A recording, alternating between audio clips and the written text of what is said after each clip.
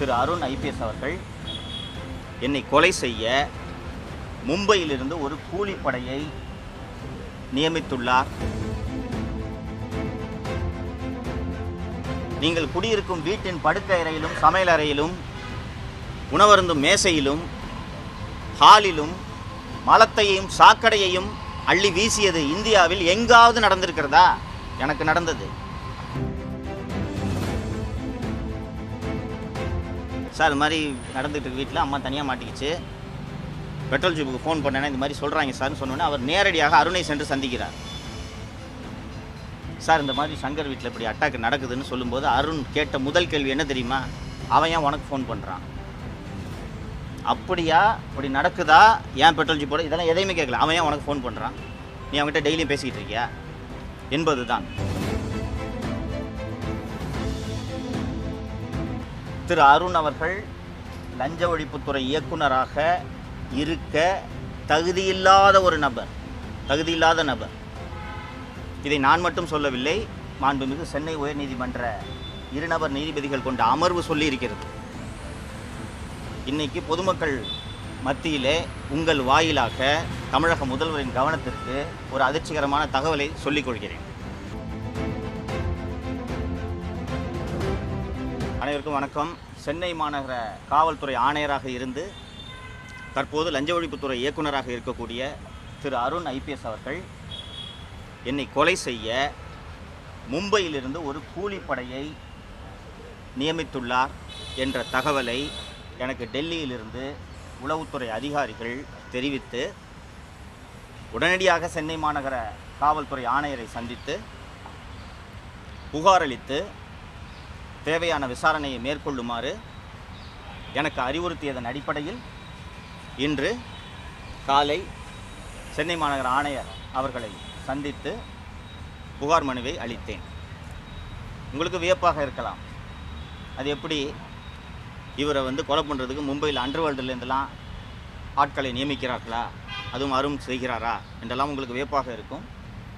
இதே போல் கடந்த செப்டம்பர் 2025 தென் தமிழகத்திலிருந்து கொலை செய்வதற்கென்று ஒரு கூலிப்படையை திரு அருண் அவர்கள், செல்வநாகரத்னம் ஐபிஎஸ் அவர்கள் மற்றும் திரு வருண்குமார் ஆகியோர் பணத்தை கொடுத்து அவர்களை நியமித்து இதே போல் என்னை கொலை செய்ய திட்டமிட்ட சமயத்தில் அப்போதும் எனக்கு டெல்லியிலிருந்து தகவல் வந்து அப்போது பொறுப்பு டிஜிபியாக இருந்த மரியாதைக்குரிய திரு வெங்கட்ராமன் அவர்களை நேரில் சந்தித்து நான் புகார் ஒன்றை அளித்தேன். புகாருக்கு பிறகு பத்திரிகையாளர்களை சந்தித்தேன். அந்த பத்திரிகையாளர் சந்திப்பை நடத்தி புகாரை அளித்த பின்புதான் அந்த கொலை திட்டம் கைவிடப்பட்டது. உங்களில் பலருக்கு இதெல்லாம் சாத்தியமா, அருண் இப்படியெல்லாம் செய்வாரா என்ற வியப்பு ஏற்படும். தோழர்களே, இந்தியாவில் யாருக்கும் நடக்காத கொடுமை எனக்கு நடந்திருக்கு. ஆளை விட்டு அடிப்பாங்க, கை காலை உடைப்பாங்க, வெட்டுவாங்க, இதெல்லாம் நடக்கும். நீங்கள் குடியிருக்கும் வீட்டின் படுக்கை அறையிலும் சமையல் அறையிலும் உணவருந்தும் மேசையிலும் ஹாலிலும் மலத்தையும் சாக்கடையையும் அள்ளி வீசியது இந்தியாவில் எங்காவது நடந்திருக்கிறதா? எனக்கு நடந்தது. வீட்டுக்கு வந்துட்டாங்க, இந்த மாதிரி சாக்கடை ஊற்றிட்டாங்கன்னு எங்கள் அம்மா ஃபோன் பண்ணுறாங்க. 100க்கு அடிக்கிறேன். கீழ்ப்பாக்கிலேருந்து பெட்ரோல் ஜீப் வருதுன்றாங்க. 3/4 மணி நேரம் பெட்ரோல் ஜீப் வரல. அந்த பெட்ரோல் ஜீப் இன்ஸ்பெக்டர் நம்பர் எனக்கு கொடுத்துட்டாங்க. நான் அவருக்கு அடிக்கிறேன், டிராஃபிக்கில் மாற்றிக்கிட்டேன்றாரு. கீழ்ப்பாக்கு போலீஸ் ஸ்டேஷன்லேருந்து கீழ்ப்பாக்கிலே இருக்கக்கூடிய வீட்டுக்கு வரதுக்கு 3/4 மணி நேரமா? அது நடந்தது. அப்போது எனக்கு தெரிந்த பெட்ரோல் ஜீப் வரலன்னொடனே சென்னை மாநகர காவல்துறையில் பணியாற்றி கொண்டிருந்த ஒரு மூத்த ஐபிஎஸ் அதிகாரி எனக்கு தெரிந்தவர், அவர்கிட்ட அடித்து, சார் இது மாதிரி நடந்துகிட்டு இருக்கு, வீட்டில் அம்மா தனியாக மாட்டிக்கிச்சு, பெட்ரோல் ஜீப்புக்கு ஃபோன் பண்ணேன்னா இந்த மாதிரி சொல்கிறாங்க சார்னு சொன்னோன்னே அவர் நேரடியாக அருணை சென்று சந்திக்கிறார். சார் இந்த மாதிரி சங்கர் வீட்டில் இப்படி அட்டாக் நடக்குதுன்னு சொல்லும்போது அருண் கேட்ட முதல் கேள்வி என்ன தெரியுமா? அவன் ஏன் உனக்கு ஃபோன் பண்ணுறான்? அப்படியா? இப்படி நடக்குதா? ஏன் பெட்ரோல் ஜீப்போட? இதெல்லாம் எதையுமே கேட்கல. அவன் ஏன் உனக்கு ஃபோன் பண்ணுறான்? நீ அவன்கிட்ட டெய்லியும் பேசிக்கிட்டு இருக்கியா என்பது தான். இதே அருண் அவர்கள் சட்டம் ஒழுங்கு பதவியில் இப்போது இருந்திருந்தால் இந்நேரம் என் மீது 15 வழக்குகள் பதியப்பட்டிருக்கும், சிறையில் இருந்திருப்பேன், குண்டர் சட்டம் பாய்ந்திருக்கும். இப்போது லஞ்ச ஒழிப்புத்துறையிலே அவர் இருப்பதன் காரணமாக அவரால் எதையும் செய்ய முடியவில்லை என்பதால் 2வது முறையாக அவர் கூலிப்படையை நியமித்துள்ளார் என்பதனால் டெல்லி உளவுத்துறை அதிகாரிகள் என்னிடம் அறிவுறுத்தியபடி நான் இன்று மாண்புமிகு சென்னை மாநகர காவல்துறை ஆணையரை சந்தித்து புகார் மனுவை அளித்திருக்கிறேன். உரிய நடவடிக்கை எடுப்பதாக அவர் கூறியிருக்கிறார். தமிழக முதல்வர் அவர்களிடம் நான் மீண்டும் இந்த கோரிக்கையை வலியுறுத்த விரும்புகிறேன். திரு அருண் அவர்கள் லஞ்ச ஒழிப்புத்துறை இயக்குனராக இருக்க தகுதியில்லாத நபர். இதை நான் மட்டும் சொல்லவில்லை, மாண்புமிகு சென்னை உயர்நீதிமன்ற இருநபர் நீதிபதிகள் கொண்ட அமர்வு சொல்லியிருக்கிறது.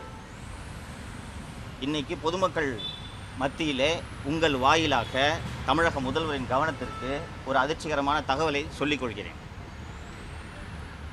இந்த ஸ்ட்ரென்த்து சென்னை சிட்டி போலீஸ் ஸ்ட்ரென்த்தில் பணியாற்றக்கூடிய அமைச்சு பணியாளரான திரு ஐயப்பன் என்பவர் இப்போது லஞ்ச ஒழிப்புத்துறையிலே அதர் டியூட்டியாக அருணோடு பணியாற்றி கொண்டிருக்கிறார். அதே போல் சென்னை மாநகர காவல்துறையின் விபச்சார தடுப்பு பிரிவிலே தலைமை காவலராக பணியாற்றக்கூடிய சந்திரசேகரன் என்பவர் இப்போது அயல் பணியாக ஓடியாக லஞ்ச ஒழிப்புத்துறையில் பணியாற்றி கொண்டிருக்கிறார்.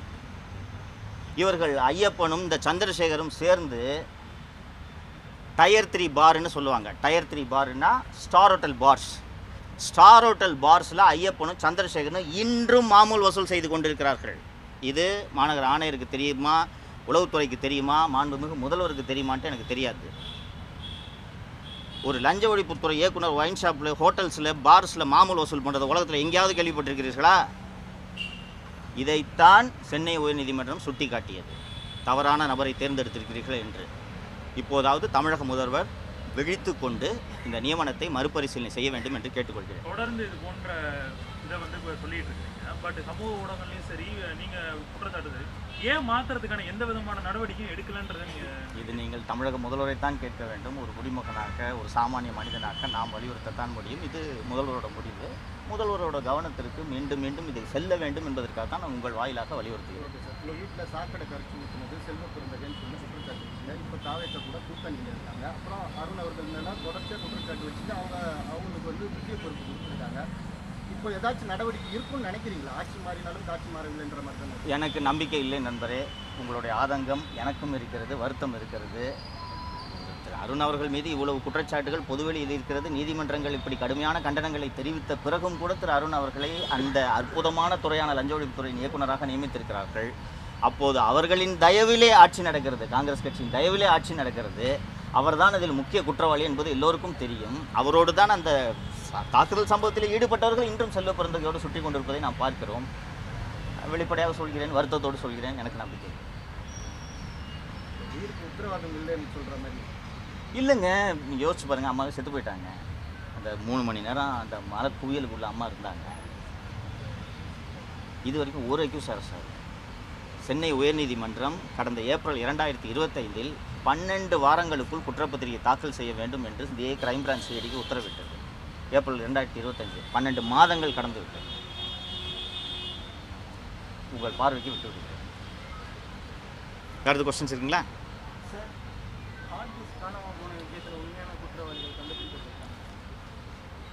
அந்த ஹார்ட் டிஸ்க் காணாமல் போன விவகாரம் மிக மிக தீவிரமான விவகாரம் என்பதை நான் ஏற்கனவே ஒரு பத்திரிகையாளர் சந்திப்பில் வலியுறுத்தி இருக்கிறேன். மின்சாரத்துறை அமைச்சர் திரு நிர்மல்குமார் அவர்களும் இந்த அரசும் அதோட சீரியஸ்னஸை புரிஞ்சுக்கிட்டாங்களான்ட்டு எனக்கு உள்ளபடியே தெரியவில்லை. விசாரணை நடக்கிறது, விரைவில் குற்றவாளிகள் கண்டுபிடிக்கப்படுவார்கள். விசாரணை நடப்பதனால் நான் எதுவும் சொல்ல விரும்பவில்லை அப்படின்றத அமைச்சர் திரு நிர்மல்குமார் அவர்கள் மீண்டும் மீண்டும் வலியுறுத்துகிறார்.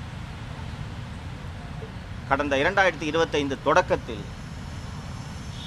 மின்வாரியத்தின் தலைவராக திரு ஜே ராதாகிருஷ்ணன் ஐஏஎஸ் அவர்களை தமிழக அரசு, அப்போதைய திமுக அரசு நியமித்தது.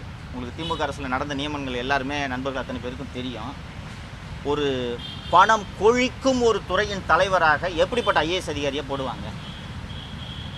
நேர்மைக்கு பெயர் போன ஒரு அதிகாரியை போடுவாங்களா? நீங்கள் டிரான்ஸ்ஃபார்மர் டெண்டரில் அடிக்க முடியுமா, சோலார் டெண்டரில் அடிக்க முடியுமா, ப்ரைவேட் பவர் பர்ச்சேஸில் அடிக்க முடியுமா? எதில் பண்ண முடியும்? நமக்கு சொல்கிறதுக்கெல்லாம் ஒத்துழைப்பு கொடுக்கக்கூடிய ஒரு அதிகாரி தான் அங்கே போடுவாங்க. அப்படித்தான் இன்னொன்று, அந்த நேரத்தில் அந்த நியமனத்தில் இருக்கக்கூடிய சிக்கல் என்னன்னு கேட்டிங்கன்னா, பெயருக்கு தான் திரு சிவசங்கர் அமைச்சர், துறையை நடத்துனது செந்தில் பாலாஜி. அப்போ இது ரெண்டுக்கும் ஏற்றார் போன்ற ஒரு அதிகாரியை அங்கே நியமிக்கணும். அந்த அதிகாரியவே மாற்றாமல் நீங்கள் எப்படி சார் ஊழலை கண்டுபிடிக்க போகிறீங்க? சொல்கிறாரு நாங்கள் குற்றவாளிகளை கண்டுபிடிப்போன்ட்டு. நான் அந்த ஏற்கனவே பத்திரிகையாளர் சந்திப்பில் சொன்னேன். நான் ஒரு அரசு அலுவலகத்தில் 18 ஹார்ட் டிஸ்க்கு திருடுறதுக்கு எப்படிங்க கவர்மெண்ட் சர்வெண்ட்டுக்கு துணிச்சல் வரும்? அப்படி அது நடக்குதுன்னா அதில் சம்மந்தப்பட்டவர்கள் தான் அதை செய்ய வேண்டும். அதில் சம்மந்தப்பட்டவர் செந்தில் பாலாஜி மற்றும் சிவசங்கர், அவங்க 2 பேருமே அங்கே இல்லை. இப்போ யார் தொடர்ந்து அங்கே இருக்கிறது?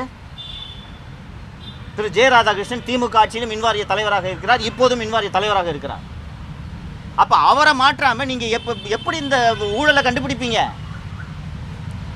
ஹார்ட் டிஸ்க்குகள் காணாமல் போனதும் முதல் சந்தேகம் இவரை நோக்கி தானே திரும்பி இருக்கணும். இன்னைக்கு வந்து ஒரு சமரசம் நடந்திருக்குன்னு நான் முதல்வர் பார்வைக்கு வச்சிடுறேன். அது நீங்கள்லாம் இன்டெலிஜென்ட்டான ஆட்கள், பத்திரிகையாளர்கள், உங்களுக்கு தெரியும். நான் வெளிப்படையாக சொல்ல விரும்பலை, நான் சொல்லிடுறேன். பிரதர், உங்களுக்கு தெரியும் சம்மர் ஆல்மோஸ்ட் முடிஞ்சிருச்சு, ரைட்டுங்களா? இந்த ஏன் மின்வெட்டுனா எங்கள் வீட்லேயும் மின்வெட்டு போது வருது. எல்லார் வீட்லேயும் ஃப்ரிட்ஜு, வாஷிங் மிஷின், டிவி எல்லாமே வச்சுருக்கோம். ஒரு நாளைக்கு 20 வாட்டி கரண்ட் போயிட்டு வந்துச்சுன்னா விளங்குமாங்க அந்த மிஷினு? இன்னும் பல பேர் உங்களில் இஎம்ஐ கட்டிட்டு இருப்பீங்க, அந்த டிவி ஃப்ரிட்ஜுக்கெலாம் இஎம்ஐ கட்டிட்டு இருப்பீங்க இல்லைங்களா? இப்படி கரண்ட் போயிட்டு வந்துச்சுன்னா என்னங்க ஆகும்? அந்த பொருள் வாங்க முடியுமா திருப்பி? கேட்டால் மின் தேவை அதிகமாக இருக்கிறது, மின் பகிர்மானத்தில் சிக்கல், விநியோகத்தில் சிக்கல் இல்லைன்ட்டு ஒரு புதிய விளக்கத்தை ராதாகிருஷ்ணன் கொடுக்குறார். உங்களுக்கு முதல் வாரத்தில் கத்திரி வெயிலில் இந்த ஷார்ட்டேஜ் நடந்துச்சுன்னா நான் புரிஞ்சுக்கிறேன், வெயில் பீக்கில் இருக்குன்ட்டு. ஆல்மோஸ்ட் சம்மர் முடிஞ்சிருச்சு, கேரளாவில் பருவமழை தொடங்கி விட்டது. அந்த பீக் சம்மரில் இருந்ததை விட அதிகமான மின்வெட்டு இப்போது இருக்கிறதா? எப்படிங்க வருது? அதிகாரிகள் இன்னும் திமுக கைவசம் தான் இருக்கிறாங்கன்றது. திமுக அதிகாரிகளை ஏன் இந்த அரசு தேர்ந்தெடுத்து முக்கிய பதவிகளுக்கு நியமிக்கிறது என்பதுதான் நான் இந்த அரசை பார்த்து கேட்கக்கூடிய கேள்வி. திமுக அரசுக்கு நெருக்கமான அதிகாரிகள், ஊழல் செய்ய துணை போன அதிகாரிகளை தானங்க திமுக அரசு தேர்ந்தெடுத்து நியமிக்கும். அதே அதிகாரிகளை முக்கிய பதவிகளுக்கு நீங்கள் நியமிக்கிறீர்கள் அல்லது அந்த அதிகாரிகளை தொடர விடுகிறீர்கள் என்றால் திமுக ஆட்சி தொடர வேண்டும் என்று இந்த முதல்வர் விரும்புகிறாரா, தாவேக விரும்புகிறதான்றதான் நான் உங்களுக்கு முன்னாடி கேள்வியாக வைக்க விரும்புகிறேன். எலக்ட்ரிசிட்டி டிபார்ட்மெண்ட்டில் அந்த டாப் டு பாட்டம் ஊழலுங்க. வந்த உடனே அந்த மின்வாரிய தலைவரை நீங்கள் மாற்ற வேண்டாமா? ஃபோர்மேனையாக மாற்றிட்டு இருப்பீங்க. மின்சாரத்துறை அமைச்சர் திரு நிர்மல்குமார் அவர்கள் போய் ஆய்வு செய்துட்டு லைன்மேன் எல்லாம் 4-5 பேர் சஸ்பெண்ட் பண்ணார். அப்புறம் அவங்க லைனை பிடிங்கி விட்டு திருப்பி ரீஇன்ஸ்டேட் பண்ணுறாரு. கீழே இருக்கிற அந்த அந்த அந்த ஏழை தொழிலாளிகளாக ஊழலில் ஈடுபட்டவர்கள் யார் அந்த ஊழலுக்கு காரணமானவரோ அவரை பக்கத்தில் வச்சுக்கிட்டு இருக்காரு. என்ன நிர்வாகம் பண்ணுறீங்க நீங்கள்? அந்த அளவுக்கு கடுமையான வார்த்தைகளை நான் பயன்படுத்த விரும்பவில்லை. ஒரு குற்றச்சாட்டு வைக்கிறாங்க எதிர் தரப்புல இருந்து. இவங்க இந்த மாதிரி மாறுதல், அதாவது திமுக இருந்த அதே அதிகாரிகள் மாறுதல் செய்யாமல் இருக்கிறாங்கன்னா தொடர்ச்சியாக தாவேக தரப்புல என்ன சொல்றாங்கன்னா திமுகவால தான் இந்த பிரச்சனை அப்படின்னு சொல்லிட்டு அதற்கு ஏதுவாக இருக்கட்டும்னு இது அப்படியே கண்டினியூ பண்றாங்க. சார், திமுகவால் இந்த பல பிரச்சனைகள் திமுகவாலன்றதை நானும் ஒத்துக்கிறேன் சார். நானும் கடுமையான விமர்சனங்கள் பண்ணியிருக்கேன். பல பிரச்சனைகள் திமுகவால். ஆனால் அந்த திமுக அமைச்சர்களும் முதலமைச்சரும் மட்டுமே அந்த தவறுகளை செய்திருக்க முடியாதல்லவா? அவர்களுக்கு துணை போனது இந்த அதிகாரிகள் தானே. அந்த துணை போன அதிகாரிகளை நீங்கள் கூடவே வச்சுக்கிட்டு திமுக பண்ணிடுச்சுன்னு சொன்னா இவங்க எல்லா தகவலையும் திமுகவுக்கு சொல்ல மாட்டார்களா? நான் ஏற்கனவே நடந்த பத்திரிகையாளர் சந்திப்பில் சொன்னேன். என்ஃபோர்ஸ்மெண்ட் டைரக்டரேட் என்ன டாக்குமெண்ட்ஸை டிஜிபிக்கும் டிவிஎஸ்சிக்கும் அனுப்பிச்சு அப்படின்றது திரு கே நேரு அவர்களுக்கு எதுவுமே தெரியாது.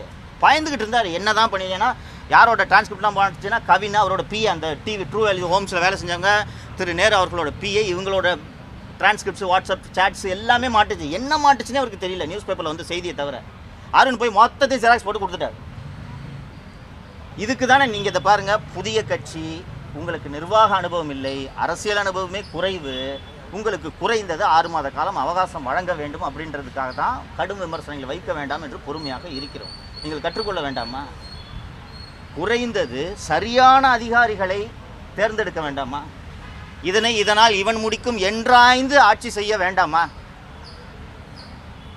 காவல்துறையில் நல்ல அதிகாரிகள் எல்லாம் போட்டிருக்கீங்க. பல துறைகளுக்கு டிஜிபி, ஹெச்ஓபிஎஃப் ஆகட்டும், இன்டெலிஜென்ஸ் ஆகட்டும், சிட்டி ஆகட்டும், நல்ல அதிகாரிகளை போட்டிருக்கிறீர்கள். முக்கிய துறையான லஞ்ச ஒழிப்பு துறைக்கு இப்படிப்பட்ட ஒரு கருப்பு ஆட்டை கொண்டு வந்து நியமிக்கலாமா?